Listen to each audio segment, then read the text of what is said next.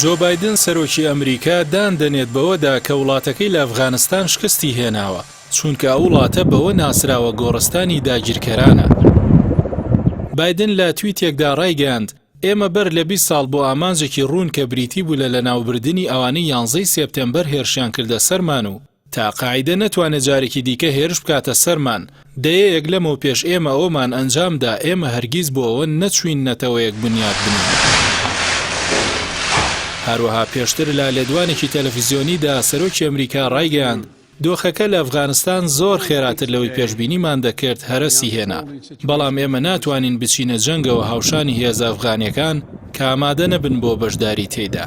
وتیشی ئەوەی ڕوون بۆتەوە کە هیچ هێزێکی سەربازی ناتوانێت ئەو ڕاستیە بگۆڕێت کە ئەفغانستان گۆڕستانی داگیرکەرانە، بەڵام چین و رووسیا دەیانەوێت ئێمە لەوێ بەردەوام بین بۆ بەخرجدانی داهاتەکان لە جەنگێکدا کە کۆتایی نییە کە تا ئێستا 1 تریلیۆن دۆلارمان تێدا خەرج کردووە.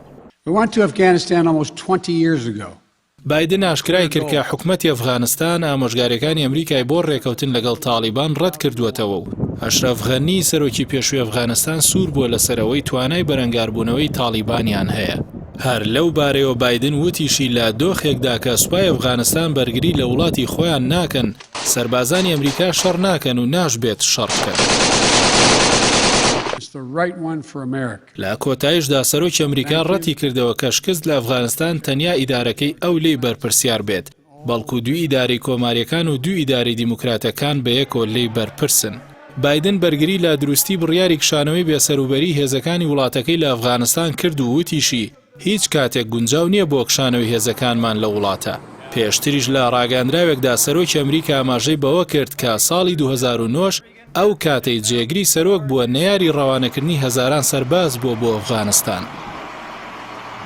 جۆ بایدنی سەرۆکی ئەمریکاوەشی ئاشکرا کرد کە ئەو ڕێکەوتنێکی دۆناڵد ترامپی سەرۆکی پێشووی بۆ ماوەتەوە کە لەگەڵ بزوتنەوەی تاڵیبان ئەنجامیدا و بەدەق ئاماژە بۆ کشانەوەی هێزەکانی ئەمریکا لە نێوەڕاستی ئەم ساڵ دەکات.